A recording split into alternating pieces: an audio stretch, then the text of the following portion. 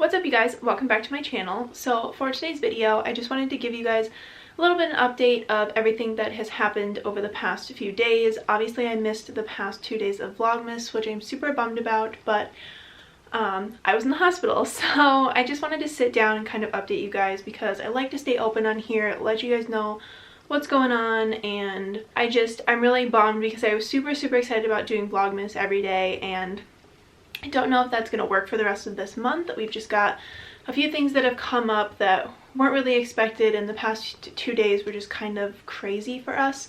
Yeah, so I just wanted to sit down, I guess, and give you guys a little life update and let you know what's going on and why I missed Vlogmas on Wednesday and Thursday. So it's probably going to be a bit of a long video. I'm just going to start from the beginning, just tell you guys everything that's going on with our pregnancy, some of the complications that we're having, what we can expect for the future, and just kind of give you guys the lowdown on the things that are going on, because it will be a lot to write in an Instagram post. So I figured just making a video, putting it out there, and just trying to, you know, keep everything open so you guys know if I miss a day of Vlogmas, or if maybe I just can't continue Vlogmas, or just stuff is going on. I just want you guys to know what's happening. On Wednesday, December 4th, I had an ultrasound in the morning because I found out at my 20-week scan that I have a low-lying placenta, which essentially just means that my placenta was too close to my cervix, and if it didn't move up properly as my pregnancy progressed, it could cause like bleeding complications during birth, which would mean I'd probably need to have a C-section, but nobody was super concerned about it. Most placentas do move up. It was just something that needed to be checked on, so we knew that it had moved up sufficiently. So I had an ultrasound on Wednesday, which I was 33 weeks on Wednesday, and they found that the placenta did move up, so baby is head down, the placenta is out of the way, so everything in terms of that for the birth is really good. That's really good news. But unfortunately, they also found that the baby had an extremely high heart rate. It was over 200 beats per minute, which is obviously a little too fast. At my past few midwife appointments, his heart rate has been pretty high in the beginning, but then it goes down to normal range within minutes, and that's actually good. It's good to see an acceleration in baby's heart rate and to see it go back down, because that means that when they're active and they're moving in your belly, their heart rate goes up, and then when they calm down, their heart rate goes down, which is like what we do when we exercise and stuff. So it's a sign of a good working heart. But because his heart rate was so high at above 200, and they didn't know how long it had been there, because that's where it initially showed when they first started the ultrasound, they wanted to just take me to the hospital to monitor me for a few hours just to make sure that he wasn't staying in that high range, because if he was reaching high, having a high heart rate that stayed that way for an extended period of time, it could be a sign of SVT, which is like a short acronym for something tachycardia, whatever, essentially just meaning that he has a really high heart rate, which can lead to complications later in life, just that his heart rate would get too high and it would stay too high, and I would need to take medications while I'm pregnant, and he would maybe have to take medication just growing up, because your heart rate shouldn't stay at an accelerated level for that long. So we weren't really super concerned because we had seen it go up and come back down before, and the midwives really weren't concerned. They were just saying, we really do think that you just have a very happy, excited baby. That's what they just kept saying. He's just so happy. So his heart rate gets really pumped up because he's really excited to be alive, and he's kicking and he's moving because he is an extremely active baby in my belly. But just to be safe, on the safe side, they wanted to monitor me for a few hours. So I got admitted into the hospital on Wednesday after my ultrasound and hooked up to the machines, and so they could check his heart rate. And when we got to the hospital, it was a steady 140, and it stayed that way for the entire time I was in the hospital. So just put that out there. There's kind of two parts to this story, but his heart rate is good. The structure of his heart is perfect. The structure of everything in him, all of his organs, is perfect. It was really just the high heart rate, but it was only for a very short period of time, and his heart rate in the entire 30 hours I ended up in the hospital never accelerated and stayed accelerated for a long period of time. So SVT is out of the question. His heart is totally fine. It was just an acceleration like they expected, but just wanted to be safe, more safe than sorry. So that's good. The baby is totally healthy and fine, and all of his organs and everything are perfect, which that is obviously my main priority. However, when I was admitted and they were checking his heart rate, the doctors came in just to kind of ask me some questions, because I was admitted into labor triage. So just in case I did need to deliver the baby, they came in to ask me some questions, you know, like, do we want him circumcised? They checked to see that he was head down to make sure that that was like a safe, there was no need for a C-section. And then they also asked me if I had been having any pain or contractions, which as a first-time mom, I think it is very hard to know when you have contractions because you just feel things all the time. You feel weird pains and twinges and cramps and all kinds of stuff, and you never really know what they mean. So I definitely had been having pains in my pelvis for weeks now, and if you guys watch my pregnancy update videos, you would know this. That's just been a pretty common part of my pregnancy, is just been pelvic pain. However, since Thanksgiving Day, I started having far more severe pains. I still wouldn't say they were that painful, but also I'm someone that has extremely painful periods, so I think coming from a history of that for the past 12 years or however long I've had a period, I'm just used to having really bad cramps, so I think that my pain tolerance is very high. So I did mention to them, you know, for a while in my pregnancy I have been having pelvic pain, and since Thanksgiving I have been having more intense cramps. Nothing that I was concerned about by any means, and no bleeding or anything like that, but just I wanted to let them know. So they decided that they would just check and just, you know, check my cervix and see what's going on. And they found that I am actually already 1 centimeter dilated and 40% effaced, which is very unexpected for someone that's only 33 weeks pregnant, especially with their first child. So that was a little concerning because that is obviously a sign of preterm labor, and 33 weeks is, you know, 6 to 7 weeks early to be having a baby. So to take all the necessary precautions, because the monitors on my belly were picking up some contractions, they wanted to make sure that they did everything possible that they needed to one, slow those contractions down to try to prevent labor, and two, give me anything that I would need and anything the baby would need too, to help strengthen everything about him and make him like as healthy as can be if he were to come while I was in the hospital. So they left and had kind of a meeting of their own and came back, and it was basically decided that I was going to stay in the hospital for at least 24 hours, and that was for a few different reasons. One, they decided that they wanted to continue to monitor the baby's heart rate for that long because they didn't really know much about him, because I had to go to a different hospital than the one that I will be delivering at, because the one I will hopefully be delivering at is a low risk hospital. So I was at a different hospital, so they didn't really know much about me or the baby, so they wanted to just track him for a full 24 hours just to make sure that that heart rate wasn't going up or staying up, which it didn't. But they also need to keep me for 24 hours because they decided to give me a steroid shot that helps develop the baby's lungs, and that is 2 shots that are given 24 hours apart. So yeah, I'm really grateful. It hurt so bad. It was an extremely painful shot, but obviously anything is worth it to make sure that my baby is as healthy as can be, and especially his lungs. You want a baby to be able to breathe on their own. That's probably the scariest thought, is having a baby that comes out and has to be put on some sort of oxygen or tube or something because they can't breathe on their own. So yeah, they decided to do quite a few things. One, give me the steroid shot, the first steroid shot. 2, they put me on a cycle of blood pressure medication, which has also been found to reduce contractions, because the steroid shot does need time to get through your system and to the baby to be as useful as possible. So they wanted to give me that medication in the hopes that it would slow my contractions for at least 24 to 48 hours, so that steroid had time to get to the baby, so that way even just slowing labor for 2 days would help his lungs develop because of the steroid shot.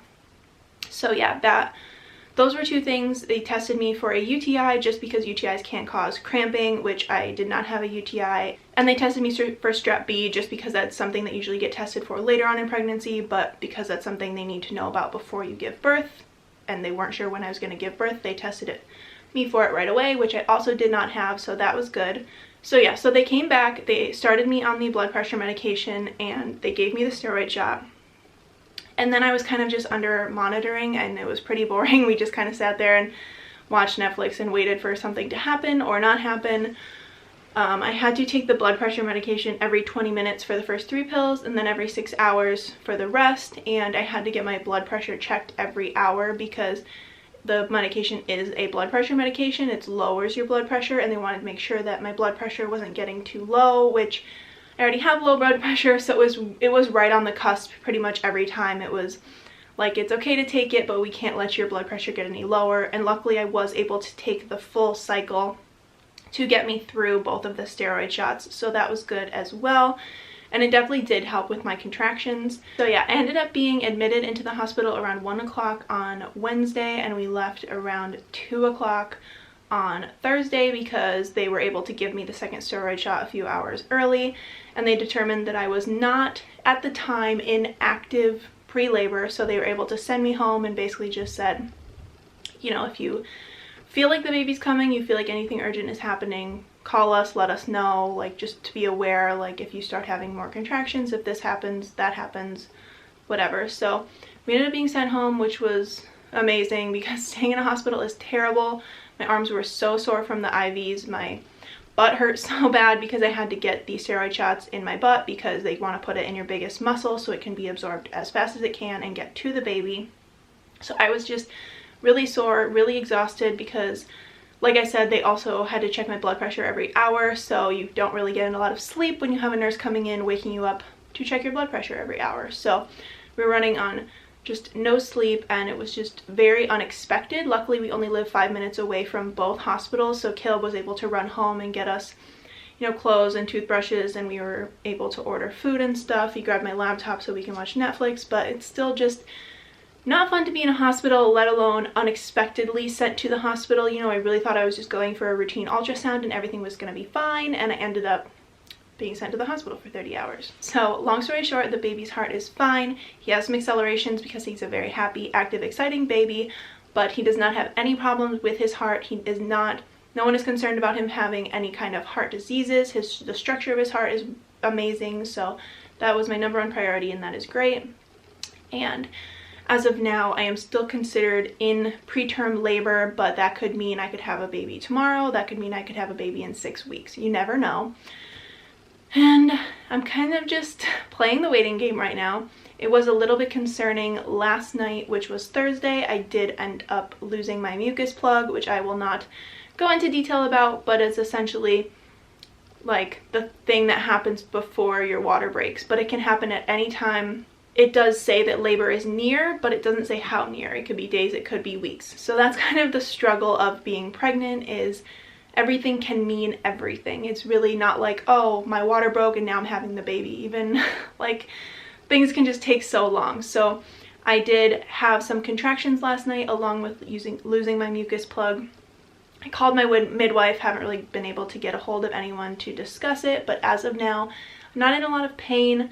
I'm not having any severe contractions. I'm not bleeding. My water hasn't broke, so we're not expecting the baby to come. And hopefully he will at least wait a few more weeks so he can develop a little bit more. But I am feeling okay about it because I know that he got those steroid shots to help his lungs.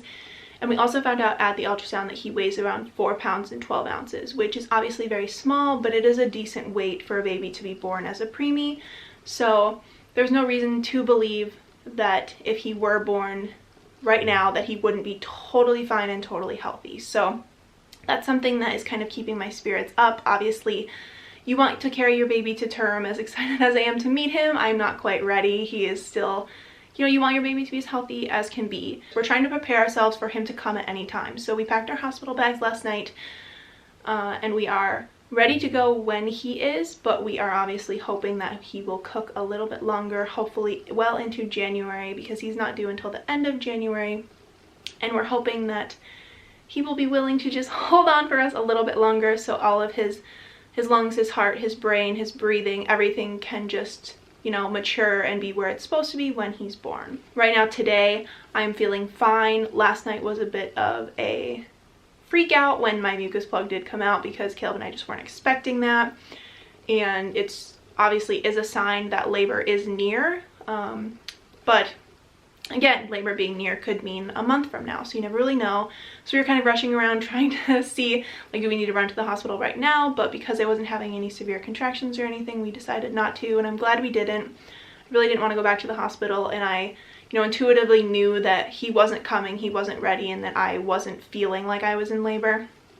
So yes, that is why I did not post on Wednesday or yesterday. Hopefully now I will be back to my regular daily uploaded schedule, but if not, I know that you guys will bear with me and that I will post when I can. I'm not on bed rest, but I have been told to limit my activity levels.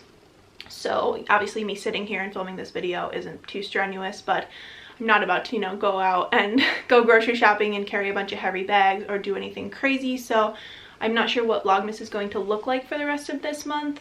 I hope you guys will stick around and see. Hopefully we don't have a baby during Vlogmas, but maybe we will have a surprise Vlogmas baby. We'll have to see. But I really appreciate the love that you guys sent me on Instagram yesterday. I wanted to make sure that I updated you guys and was just honest with you and let you know what was going on. And yeah, I really like just having you all a part of my life, so I wanted to make sure that you knew that I'm okay, the baby's okay, Caleb's okay, we're all gonna be okay, but that we do have some stuff going on that wasn't expected, which that is just how birth and pregnancy go. This is exactly why I didn't want to have a birth plan, because birth never goes to plan. So hopefully it will go to plan in the sense that we have a healthy baby boy at the hospital that we planned to have a healthy baby boy at, and that, you know, everyone will be safe and okay. So we're all keeping that in our minds. That's what we're attracting from the universe right now, and we're just hoping for the best. So yeah, I guess that is it for today's video. If you guys have any questions, feel free to leave them in the comments or send me a message or anything. I'm not afraid to talk about it. I really am feeling okay about it. I feel like, you know, whatever happens, happens, and it's meant to be, and it's all gonna be okay. So I guess that is it for this video. Thank you guys for watching and for listening to me rant, and hopefully this whole story made sense in the timeline that I tried to make it make sense in. It's kind of a lot of information that even I don't fully understand yet. So I am by no means a doctor, and half the time I had no idea what they were talking about. But I do feel like I have a grasp on, you know, what to expect and what's going on, and yeah, I feel like it's all gonna be okay. So we'll keep you guys updated on everything that's going on. I love you all so much, and hopefully I will see you tomorrow for another video. Happy Vlogmas. Okay, bye guys.